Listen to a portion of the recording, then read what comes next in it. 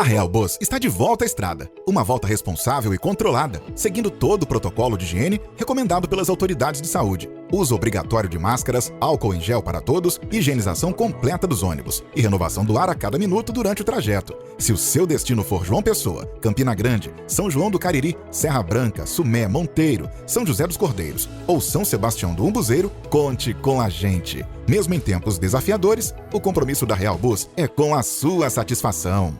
Graças a Deus, estamos juntos nessa manhã de terça-feira, hoje 22 de março. Dentro de instantes, você terá a oportunidade de ouvir a missionária Marises trazendo a primeira parte de uma das mensagens ministradas por essa irmã em nossa igreja. E você também ouvirá Sala de Prosa, o reverendo Hernandes Dias Lopes e Jeremias falando sobre coragem líder. Sem perda de tempo, fiquemos com Sala de Prosa. Olá, gente boa! Sala de Prosa, hein? Trazendo para você uma palavra de fé, amor e esperança. Hoje nós vamos conversar sobre... Coragem, líder. Coragem, líder! Um minutinho só, não vai embora não. Estamos juntos.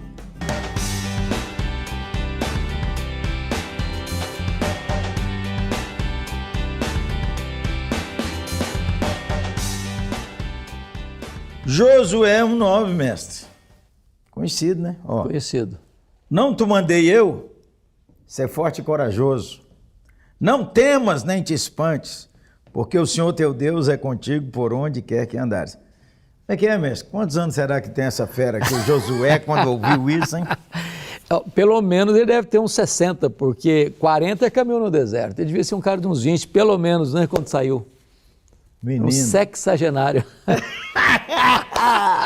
Oi, gente boa! Tivemos um congresso em setembro de 2021, na 8ª Igreja Presbiteriana no Mestre.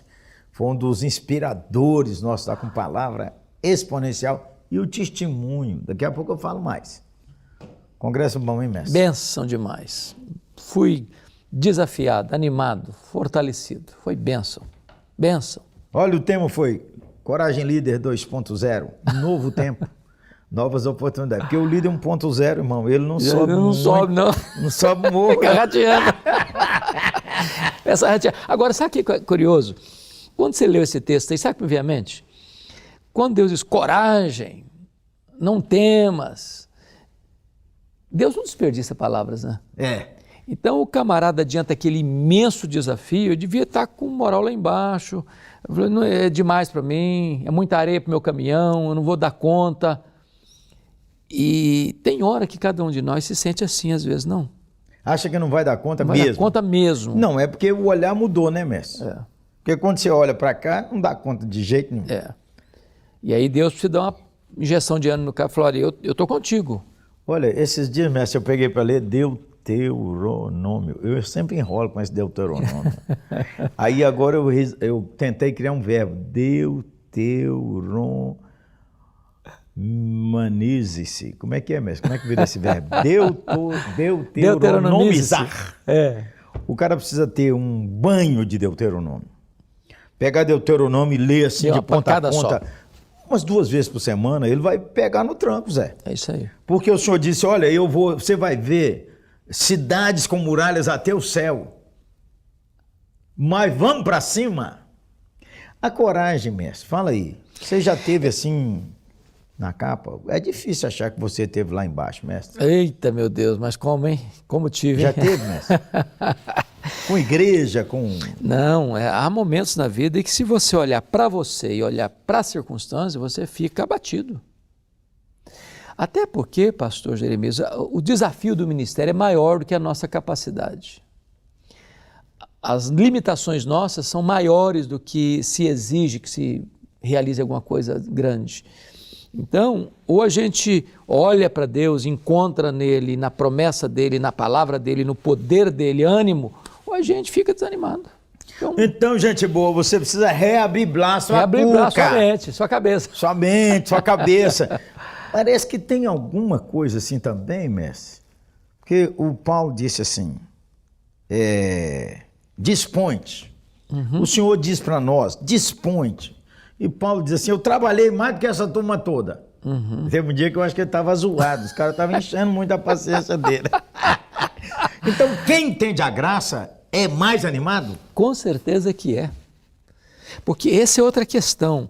Vamos dizer, eu sou fraco, mas eu me disponho. É a história do Davi lá com Golias. O cara tá todo mundo fugindo, correndo, falou, mas quem é esse cara aí? É comigo o negócio. E o cara é grande. O cara é grande. Então, essa disposição de dar o primeiro passo, conta comigo, vamos para frente, se Deus está comigo, nós vamos. A ideia lá do Josué e Caleb, se o Senhor se agradar de nós podemos. Eu acho que o líder é esse, o líder é o primeiro passo. Ele bota o pé na água primeiro. Ô pai, ô esposo, ô dona, ô pastorzão, ô presbítero, ô diácono, ô gente boa, joga a toalha não. E se você jogou a toalha, busca ela lá. Pega a toalha de novo, né? Pega ela de novo, tira o suor do medo. O medo também faz a gente suar. Mas Jeremias, eu acho que a questão da liderança, coragem líder, está precisando, porque a igreja, por exemplo, ou a família também, é um reflexo da liderança. Se o líder for fraco, desanimado, pessimista, negativo, a coisa não anda. A liderança dá o tom, dá irmão. O tom.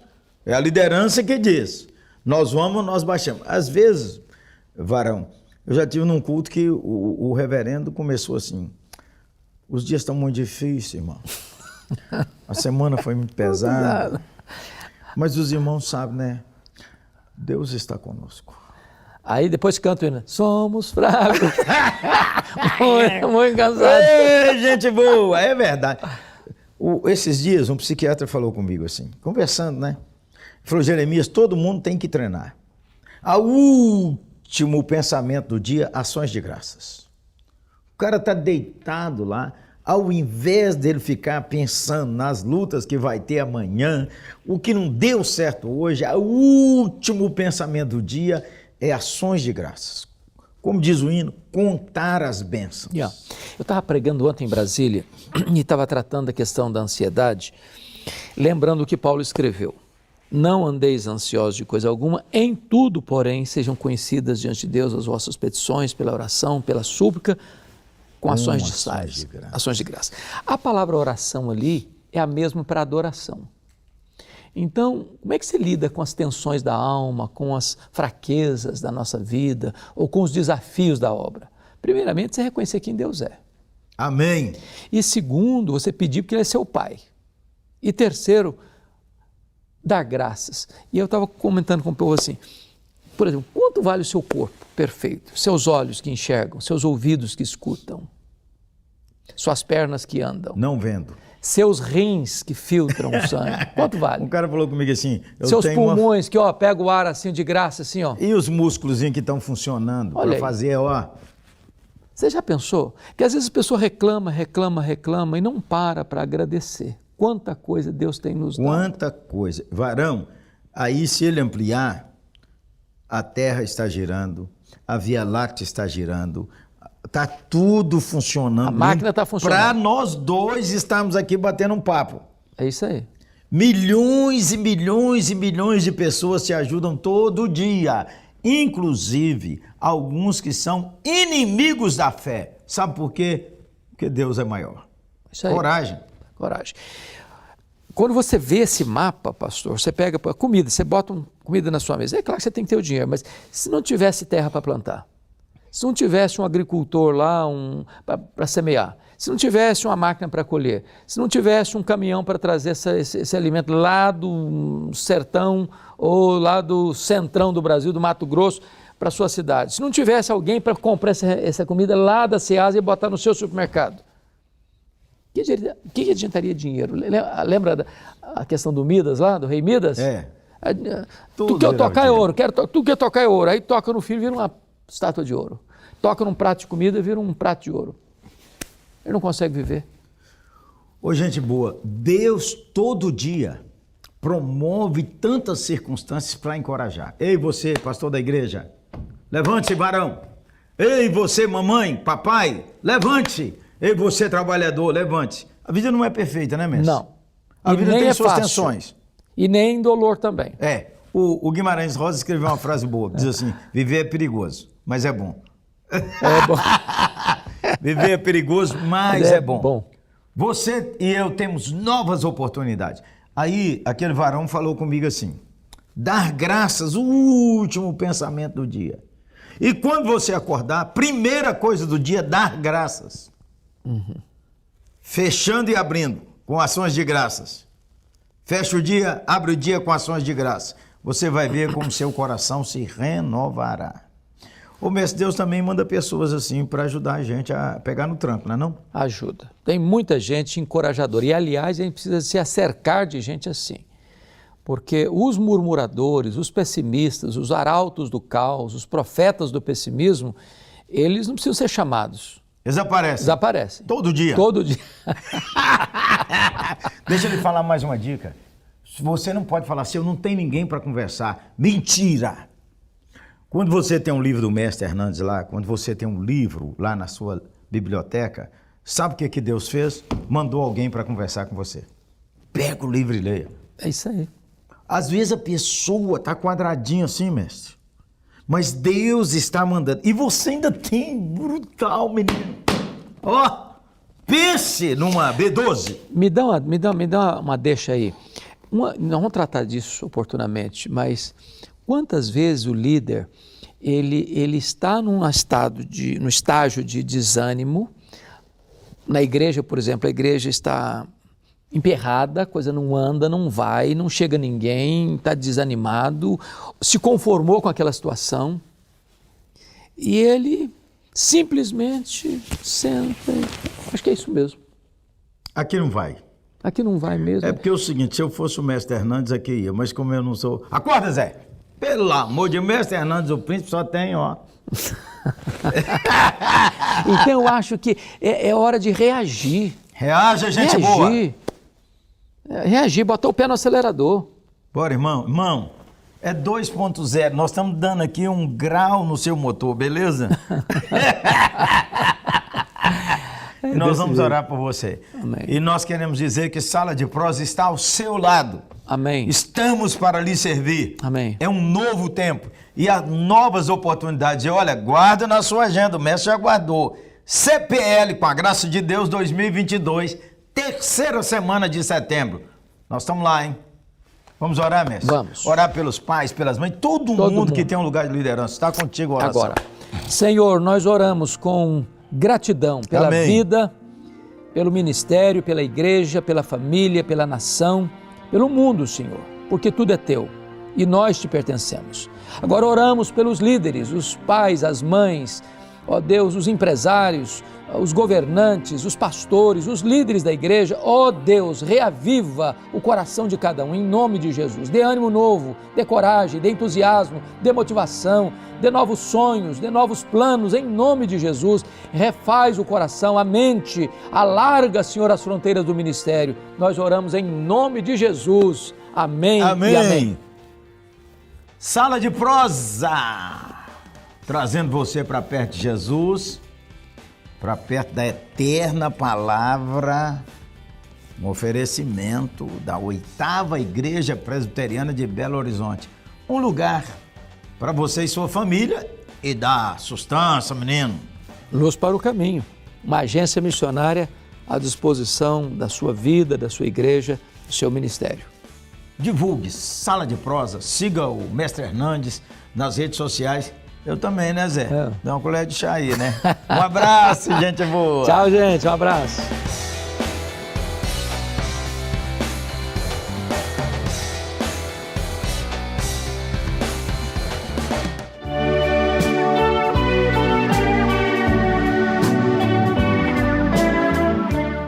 Eu gostaria de convidar a amada igreja para ficar de pé e abrir a palavra do Senhor no livro de Mateus. Mateus, capítulo 15, versículos de 21 ao 28. Esperar um pouquinho para os irmãos abrirem a Bíblia e poder estar também lendo na sua Bíblia. Mateus, capítulo 15, versículos 21 ao 28. Diz o seguinte: a mulher cananeia. Partindo Jesus dali, retirou-se para os lados de Tiro e Sidom. E eis que uma mulher cananeia, que viera daquelas regiões, clamava: Senhor, filho de Davi, tem misericórdia de mim. Minha filha está horrivelmente endemoniada. Ele, porém, não lhe respondeu palavra. E os discípulos, aproximando-se, rogaram-lhe: Despede-a, pois vem clamando atrás de nós. Mas Jesus respondeu: Não fui enviado senão às ovelhas perdidas da casa de Israel. Ela, porém, veio e adorou, dizendo: Senhor, socorre-me. Então ele respondendo disse: Não é bom tomar o pão dos filhos e lançá-lo aos cachorrinhos. Ela, contudo, replicou-lhe: Sim, Senhor, porém os cachorrinhos comem das migalhas que caem da mesa dos seus donos. Então lhe disse Jesus: Ó mulher, grande é a tua fé, faça-se contigo como queres. E desde aquele momento, sua filha ficou sã. Pai querido, louvado seja o teu nome, Senhor, que a tua palavra não volta vazia. Pai, nós queremos te louvar por esta palavra. Nós queremos te louvar pelo testemunho desta mulher cananeia, que ficou registrado na Bíblia Sagrada e continua nos dando grandes lições nos dias de hoje.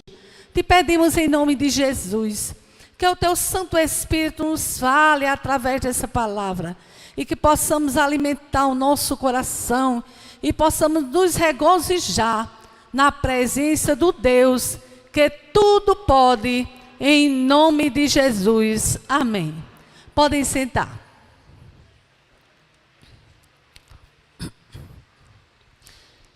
Nós demos o tema da nossa meditação de hoje: uma mulher com uma grande fé. Uma mulher com uma grande fé.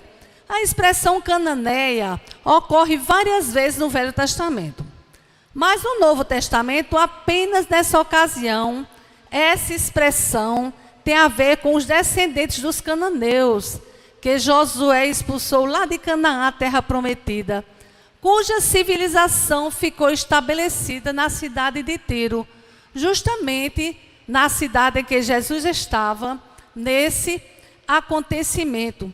Queridos, a primeira coisa que observamos logo no primeiro versículo desse texto é uma mulher sofrida, amargurada, triste, desesperada, clamando a Jesus.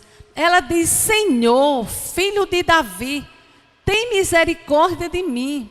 Minha filha está horrivelmente endemoniada. Queridos, a primeira lição logo que aprendemos no início desse texto é que uma grande fé é acompanhada de uma grande necessidade. Se a gente for analisar, fazer uma análise assim, introspectiva na nossa vida cristã, nós vamos ver que às vezes que nós clamamos mais ao Senhor, às vezes que buscamos mais ao Senhor, às vezes que nos aproximamos mais do Senhor, é em meio de uma grande necessidade. Não é verdade? Até costuma-se dizer o seguinte, que quando a gente está passando uma grande necessidade, que sabemos que dependemos só de Deus, nós buscamos mais ao Senhor, nós vamos mais à casa do Senhor, nós oramos mais, nós buscamos mais a palavra do Senhor. Isso é uma realidade. Muitas vezes Jesus permite que grandes necessidades se apresentem em nossa vida, para que nós possamos, por dois motivos.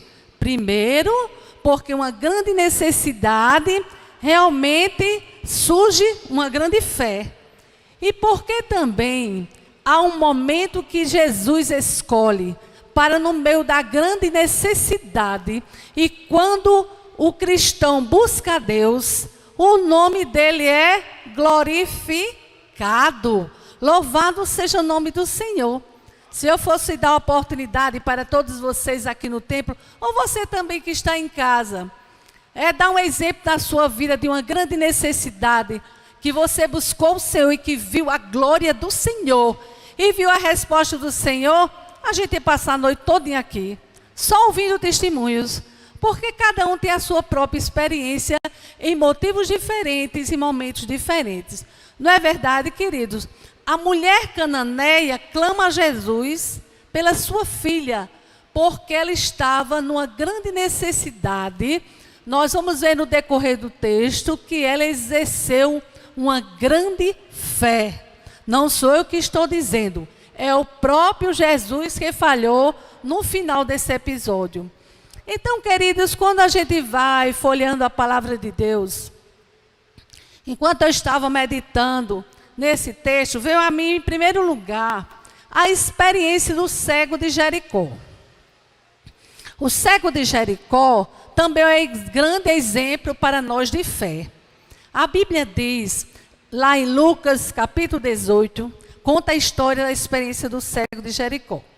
E fala que o cego de Jericó estava esmolando na entrada da cidade, quando ele ouviu um grande burburinho, muitas vozes ao mesmo tempo.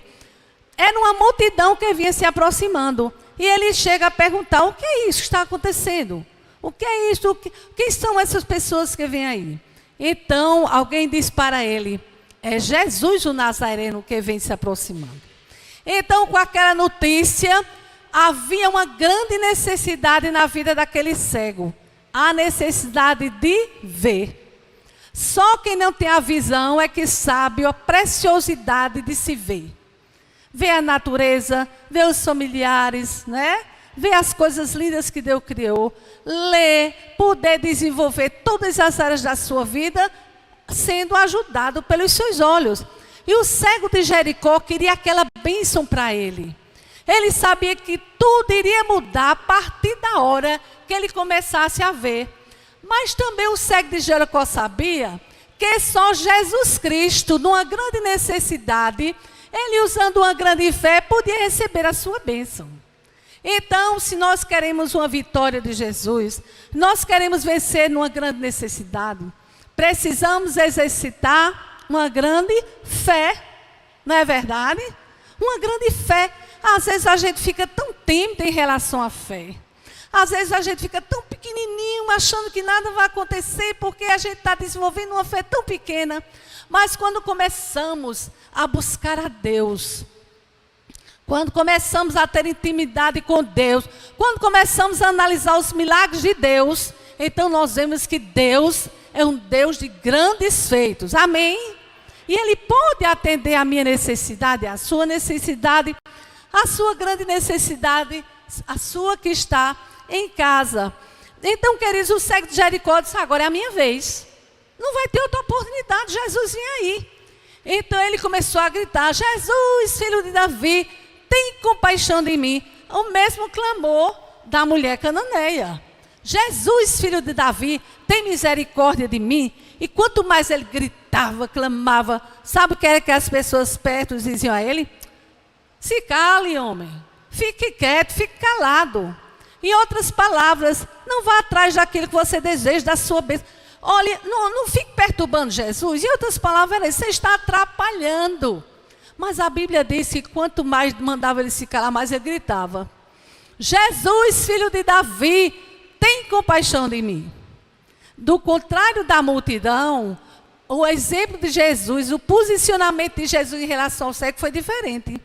Ele disse, por favor, traga ele até mim. E sabe o que aconteceu? Vocês sabem, né? Que lê a Bíblia. Ele buscou a Jesus e Jesus disse que a fé dele o tinha salvado. Essa expressão de Jesus, que a fé o tinha salvado, era mais do que curar seus olhos. E além, estava também salvando a sua alma. Louvado seja o nome do Senhor. Jesus é assim, querido. Jesus é tão maravilhoso.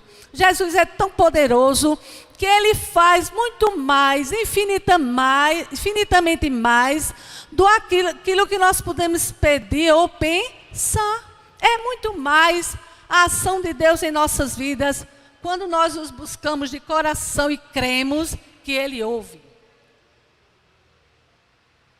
Louvado seja o nome do Senhor. Queridos, outro episódio também bíblico que nos dá grandes lições como essa da mulher cananeia é a experiência de Ana de Elcana. Irmãos, eu fico tão emocionada lendo sobre Ana. Ana era uma mulher que vivia atribulada de espírito, como a mulher cananeia, mas com a diferença de motivos. Ela era estéril. Então, naquela época, a esterilidade pesava muito. A mulher não era bem vista, bem quista no roda das mulheres, se ela não tinha filhos. E aquilo angustiava muito o coração de Ana. Para ainda aumentar o problema e a necessidade grande de Ana ter filhos, ainda tinha Penina. Elcana tinha 2 mulheres, Penina e Ana.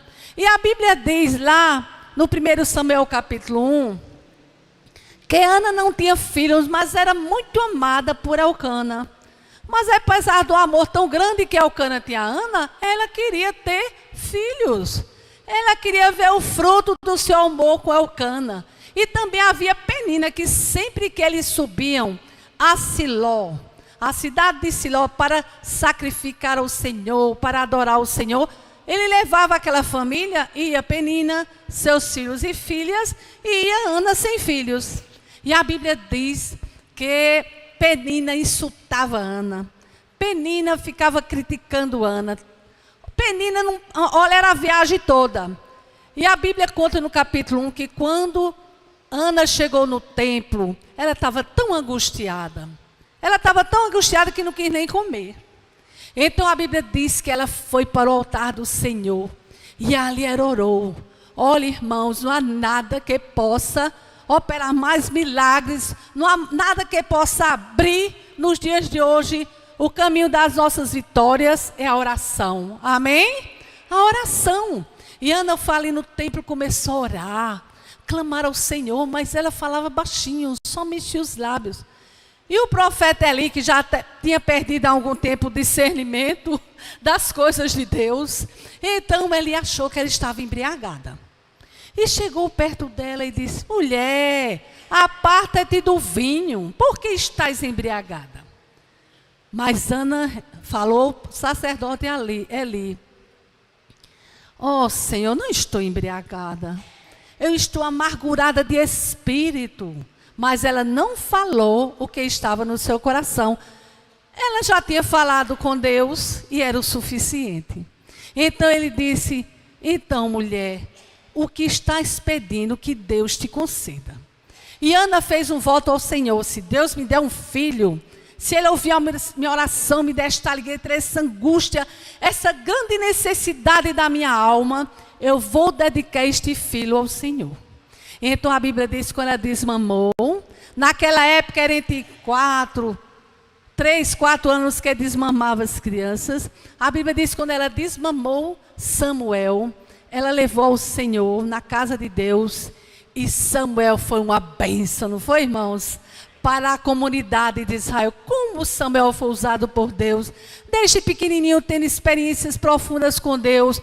Oh, queridos, como é maravilhoso quando aqueles que têm seus filhos colocam aos pés do Senhor, ora por eles, paga o preço da oração, paga o preço de ensinar e dar exemplo aos seus filhos, porque foi isso que Ana fez. Ana era uma mãe dedicada, que certamente ensinou os caminhos do Senhor a Samuel, e ela ainda pequenininho foi para o templo.